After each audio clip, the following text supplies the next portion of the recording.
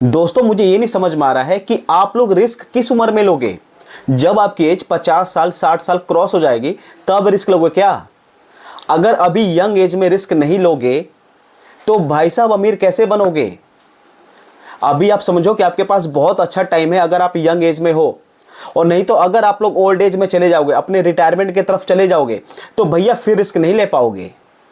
यहां पे देखो दोस्तों, मैंने लिखा हुआ है लोन लेकर अमीर कैसे बने, और ये लोन लेकर अमीर आप लोग ही नहीं बनोगे, बहुत सारे लोग ऐसा कर रहे हैं।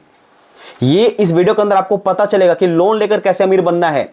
और अगर आप लोग इस एज में रिस्क नहीं ले सकते तो भैया आगे चल के रिस्क आप ले ही नहीं पाओगे, आप चाह के भी रिस्क नहीं ले पाओगे, क्योंकि मार्केट अभी ना सही टाइम पे है, सही जगह पे है। और अगर आप लोग थोड़ा सा रिस्क ले लोगे ना तो अच्छा खासा रिटर्न बना लोगे मार्केट से। अगर आपके पास कैपिटल नहीं है कोई बात नहीं, अगर आपके पास सेविंग नहीं है कोई बात नहीं, मगर अगर आप लोग थोड़ा सा रिस्क ले सकते हो तो भाई मार्केट से बहुत अच्छा खासा पैसा बना सकते हो। मगर ये क्या कब होगा, सही टाइम पे सही डायरेक्शन में रिस्क लोगे तब। जहां आपकी एज 50 साल 60 साल क्रॉस हो गई भैया आप लोग एक टाइम पे आके स्टक हो जाओगे, आपके पास सोर्स ऑफ इनकम खत्म हो जाएंगे और आपके पास कोई भी ऑप्शन नहीं होगा। फिर आप सोचोगे कि यार मैं अपने 20-30 की एज में या 35 की एज में थोड़ा सा रिस्क ले लेता तो आज मेरे पास इतना रुपए होता। अगर आप लोग इस वीडियो को एंड तक देखते हो तो आपको पता चल जाएगा कि लोन लेकर अमीर कैसे बनना है। जी हाँ दोस्तों, मैं आपको बताऊंगा कि अगर आप लोग पर्सनल लोन लेते हो और उस पर्सनल लोन को स्टॉक मार्केट में लगाते हो तो आप लोग 400% से ज्यादा का रिटर्न बना सकते हो, 400% से ज्यादा का रिटर्न। और पर्सनल लोन कितना मिलता है दोस्तों, 12% 15%। पर्सनल लोन 12-15% पे मिल जाता है आज के टाइम पे। 20% मान के चलते हैं कि अगर आपका सिविल बहुत ज़्यादा खराब है, 20% पे आपको अगर मिल जाता पर्सनल लोन तो भी 400% का रिटर्न मार्केट दे रही है। और ये मैं आपको लाइव दिखाने वाला हूं। चलिए मैं आपको स्क्रीन पे ले चलता हूं, वहां पे दिखाता हूं आपको। और थोड़ा सा दोस्तों आपको ये भी समझना पड़ेगा कि जितने भी मार्केट में स्टॉक मार्केट में लोग पैसा लगा रहे हैं ना, कुछ लोग तो हैं भैया जो सैलरी से कुछ पैसा आया उन्होंने मार्केट में लगा दिया, उनका एक सोर्स ऑफ इनकम उनकी सैलरी है। मगर बहुत ज़्यादा पॉसिबिलिटी है कि जितने मोटे इन्वेस्टर हैं वो लोन पे पैसा लेके मार्केट में लगा रहे हैं, या कभी ना कभी उन लोगों ने लोन लिया होगा तब मार्केट में पैसा लगाए हैं और आज अच्छा खासा कैपिटल बना लिए हैं, तब उस बेसिस पे मार्केट में पैसा बना रहे हैं। मगर अगर आप लोग इस चीज से चूक जाओगे तो भाई ये टाइम आपको फिर कभी नहीं मिलने वाला है। उससे पहले मैं आपको ले चलता हूं चैट जीपीटी की दुनिया में। जी हां दोस्तों, आज के टाइम पे चैट जीपीटी से अच्छा कुछ भी नहीं है। ये चैट जीपीटी एक डेटा को मतलब पकड़ता है, डेटा पैटर्न को समझता है, उस डेटा पैटर्न के हिसाब से आपको रिप्लाई करता है।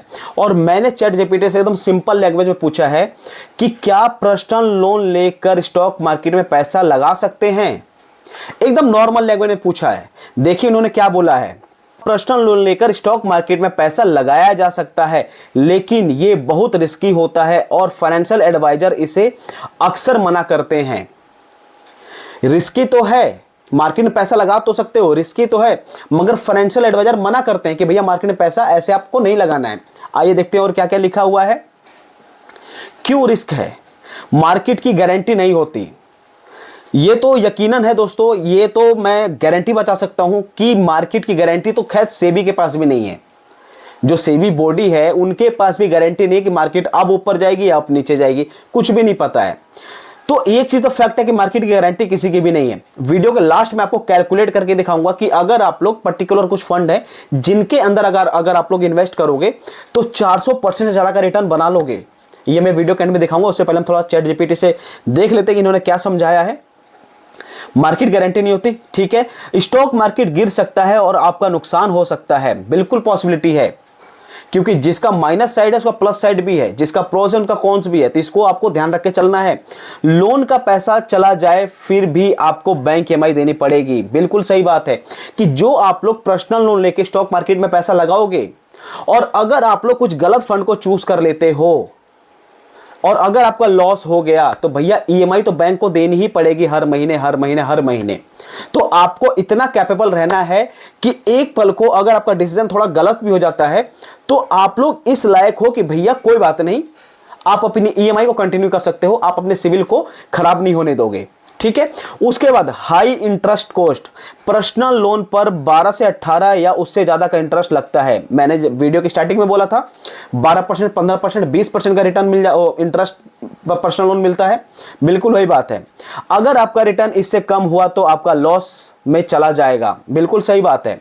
यानी जब आपका पर्सनल लोन, मान के चलते कि अगर आप लोग 15% के रेट ऑफ इंटरेस्ट पे पर्सनल लोन उठाते हो और अगर आपका जो पैसा स्टॉक मार्केट में लगाए हो 15% का रिटर्न नहीं दे रहा है, तो भैया यहां पे भी आप लोग कुछ खास नहीं परफॉर्म कर रहे हो, यानी आप अपना लॉस बुक कर रहे हो।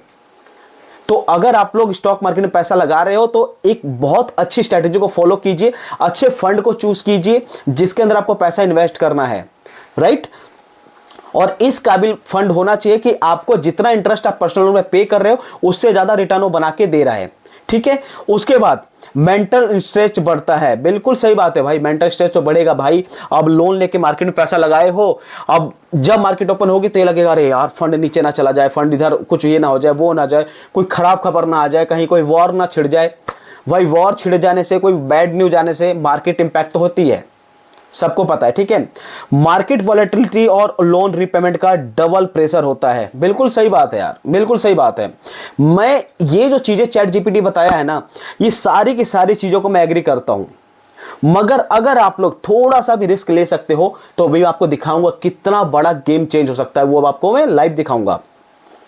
उसके बाद कब कंसीडर करा जा सकता है, अगर आपके पास इमरजेंसी फंड और रेगुलर इनकम स्ट्रांग है तो, मतलब कि अगर आप लोग पर्सनल लोन लेके स्टॉक मार्केट में पैसा लगाना चाहते हो तो कब लगा सकते हो, कि अगर आपके पास इमरजेंसी फंड आपके पास है और एक जो है ना रेगुलर इनकम आपके पास है, कि भैया चलो अगर पैसा वहां डूब भी जाता है या पैसा वहां पे थोड़ा लॉस भी हो जाता है तो मेरे पास एक स्ट्रॉन्ग सोर्स ऑफ इनकम है जहां से मेरा पैसा आता रहेगा और मैं सर्वाइव कर सकता हूं, अपनी ईएमआई कंटिन्यू कर सकता हूं, ठीक है। उसके बाद अगर आपको मार्केट और रिस्क मैनेजमेंट की अच्छी नॉलेज है तो बिल्कुल सही बात है। अब मार्केट में से बहुत सारे फंड है या बहुत सारे स्टॉक हैं या बहुत सारे ईटीएफ हैं जो परफॉर्म नहीं कर रहे हैं, बिल्कुल परफॉर्म नहीं कर रहे हैं, तो क्या उनके अंदर पैसा लगाना चाहिए? बिल्कुल पैसा नहीं लगाना चाहिए। जिनके अंदर कोई परफॉर्मेंस सही नहीं, कोई जिसके अंदर कोई वोलेटिलिटी रेट नहीं है, तो क्या ही फायदा उस फंड के अंदर पैसा लगा के, राइट। तो इस चीज को आपको ध्यान रख के चलना है। बेटर क्या है, अपनी सेविंग से ही इन्वेस्ट करना अच्छा है, बिल्कुल सही बात है। कि जैसे लोग एसआईपी कंटिन्यू करते हैं कि सैलरी आई, मान ले 1 तारीख को सैलरी आई, 3-4 तारीख को अपनी एसआईपी की ईएमआई कट हो गई, ठीक है। तो एक नॉर्मल जो लोग अपनी लाइफ जीते हैं उस हिसाब से तो ठीक चल रहा है। मगर अगर आपको रिस्क लेना है थोड़ा सा आपको ट्रिपल सी की तरह सोचना पड़ेगा, चंट चतुर चालाक, ये ट्रिपल सी बनना पड़ेगा। और ट्रिपल सी अगर बन गए तो आप लोग 400% का, मतलब बता रहा हूं कि आप इतना पैसे निकालोगे 400% से ज्यादा वो आप देखोगे, ठीक है। उसके बाद एसआईपी यानी सिस्टमैटिक इन्वेस्टमेंट प्लान से रेगुलर इन्वेस्ट करना, बिल्कुल सही बात है। अगर आप लोग किसी एसआईपी के साथ जुड़े पड़े हो, एसआईपी में अपने पैसे इन्वेस्ट कर रहे हो, तो भाई इतना अपने माइंडसेट को कनेक्ट करके रखो, इतना अपने आप को बिलीव में रखो कि आज नहीं तो कल लॉन्ग टर्म में वो फंड आपको पैसा देगा ही देगा, कंटिन्यू करके चलना है। उसके बाद स्टॉक मार्केट के लिए लोन लेने की जगह पहले आप डेट फ्री होने पर फोकस करें, बिल्कुल सही बात है। मतलब कि स्टॉक मार्केट में अगर आप लोन लेके पैसा लगा रहे हैं उससे पहले अगर आपके पास कर्जे हैं, चाहे क्रेडिट कार्ड है या कुछ भी गोल्ड लोन, पर्सनल कुछ भी ऐसी चीजें चल रही हैं, तो पहले उनको फ्री करो एंड देन उसके बाद इसको अप्लाई करो। तो ये तो सारी चीजें जो हमें चैट जीपीटी बता रहा है ये सब चीजें गलत नहीं है, बिल्कुल सही बता रहा है। और अगर आप लोग थोड़ा सा रिस्क ले सकते हो, इन सब चीजों को अगर आप मानते हो, चैट जीपीटी वाले जो भी यहां पे लिखा हुआ है, तो आप लोग 400% रिटर्न कैसे बना सकते हो देखिए। फॉर एग्जांपल के लिए मान के चलते हैं दोस्तों कि अगर आप लोग पर्सनल लोन लेते हो, मैं पर्सनल लोन का कैलकुलेटर ओपन कर लेता हूं सो दैट कि आप रिलेट कर पाओ और देख पाओ कि एक्चुअली में क्या रिटर्न आपका बन रहा है, क्या आप उसको इंटरेस्ट पे कर रहे हो, कितना मार्केट से पैसा उठा रहे हो, सारा कुछ। फॉर एग्जांपल के लिए मान के चलते हैं कि अगर आप लोग 10 लाख रुपए लोन लेते हो, 10 लाख रुपीस आप लोन लेते हो, ठीक है जी। मान के चलता हूं कि अगर आपको रेट ऑफ इंटरेस्ट मिल जाता है, बुरा से बुरा रेट ऑफ इंटरेस्ट मिल जाता है, तो 20% का रेट ऑफ इंटरेस्ट मिल जाता है आपको, राइट। उसके बाद आप मान के चलते हैं कि इसको आप लेते हो 5 साल के लिए ही, एग्जाम्पल के लिए बता रहा हूं, ठीक है। और ये सब सलाह जो है दोस्तों, जितना भी चीजें बता रहा हूं ये जस्ट फॉर एजुकेशन पर्पस के लिए बता रहा हूं। कभी भी अगर आप लोग इन्वेस्ट कीजिए किसी भी फंड के अंदर, किसी भी स्टॉक के अंदर, किसी भी ईटीएफ के अंदर, तो अपने फाइनेंशियल एडवाइजर से एक बार एडवाइस जरूर लीजिएगा सो दैट कि आप लोगों को लॉस ना हो, राइट। चलिए अब बात करते हैं कि आप लोगों ने 10 लाख रुपए का लोन ले लिया 20% के रेट ऑफ इंटरेस्ट पे। आपका टाइम बहुत खराब चल रहा था, आपको लोन बहुत महंगा मिला, तो 20% का रेट ऑफ इंटरेस्ट मिल गया, मान के चलता हूं। हालांकि जैसे HDFC बैंक है, जैसे प्राइवेट बैंक है, 12-13% पे लोन दे देते हैं, बट मैं मान के चलता हूं कि आपका थोड़ा नसीब खराब चला था, आपका टाइम खराब चला था, आपको 20% पे लोन मिल जाता है 5 साल के लिए। तो भाई साहब जो आपकी मंथली EMI आएगी वो आएगी 26,494 रुपए। 26,494 रुपए आपकी मंथली EMI आएगी। टोटल जो आपका प्रिंसिपल अमाउंट है वो तो 10 लाख रुपए रहेगा जो आपने उठाया है लोन, ठीक है। उसके बाद जो टोटल इंटरेस्ट बनेगा 5,79,633 रुपए। यानी आप लोग 10 लाख रुपए मार्केट से उठाए 20% के रेट ऑफ इंटरेस्ट पे 5 साल के लिए, तो टोटल आप 5 साल के अंदर 5,79,000 यानी राउंड पे अगर बात करते हैं तो 5,90,000 रुपए आप टोटल पे कर दोगे, जिस भी बैंक से पैसा निकालोगे या जो उठाओगे पैसा, ठीक है। तो टोटल जो अमाउंट आप पे कर दोगे 15,90,000 रुपए के आसपास, मोटा मोटा ये मान के चलते हैं। तो ये कैलकुलेशन होगा भैया अपने पर्सनल लोन के हिसाब किताब के हिसाब से, ठीक है। अगर आप चाहें तो इसका स्क्रीनशॉट लेके रख सकते हैं। उसके बाद अब हम बात करते हैं स्टॉक मार्केट के बारे में, कि स्टॉक मार्केट में वो फंड आपको कैसे चूज करना है जिनके अंदर पोटेंशियल बहुत ज्यादा हो, जो आपको रिटर्न इससे ज्यादा बना के दे। क्योंकि अगर आप लोगों ने 20% का मार्केट से, जैसे कि 20% के हिसाब से आपने पर्सनल लोन उठाया, राइट, तो आपको ऐसे फंड को चूज करना है जो भैया 20% ज्यादा का रिटर्न आपको दे। और अगर आपका पर्सनल लोन 20% पे है और जिस फंड में आप पैसा लगाए वो 15% का रिटर्न दिया, 10% का रिटर्न दिया, तो यहां पे आपका ही लॉस हो रहा है, राइट। तो इस चीज को ध्यान रख के चलना है। और जितनी भी चैट जीपीटी चीजें बताया है उस चीज को आपको अमल करना है, उसको भाई इग्नोर नहीं करना है।